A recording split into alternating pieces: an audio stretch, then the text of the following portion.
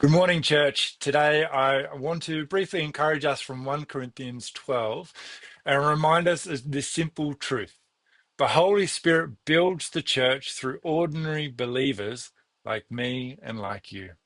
Sometimes we think that the Christian life is about trying harder on our own strength, but the Bible reminds us that God never intended for us to live the Christian life alone on human effort. The Holy Spirit is our helper, comforter, and strength.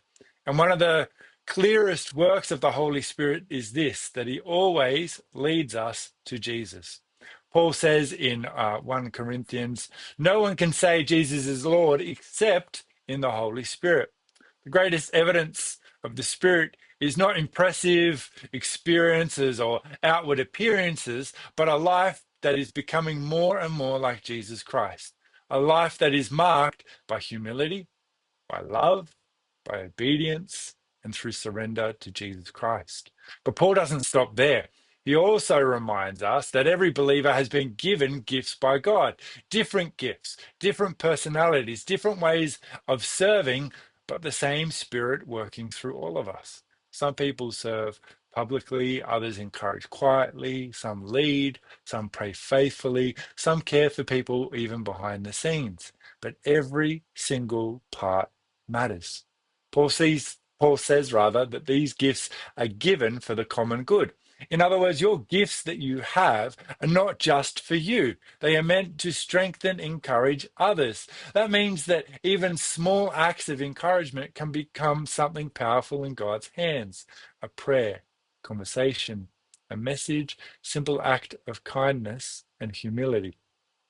The Holy Spirit often ministers to people through ordinary believers who are simply willing to love and to serve. And finally, Paul reminds us that the church is one body with many parts. We are not called to compete with one another, but actually to support one another. We are called to walk together in unity, encouraging one another and pointing people back to Jesus. So here's the challenge for this week. Ask God, Holy Spirit, how can you use me to encourage someone this week? Not how can you give me a gift so I can make myself better or indulge my ego or put other people down, which we can sometimes fall into.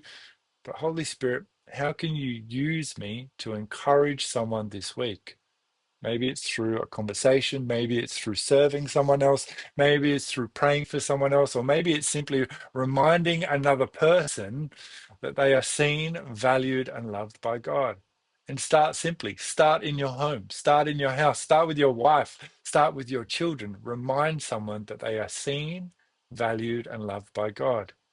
You may feel ordinary, but God delights in using ordinary people for extraordinary purposes.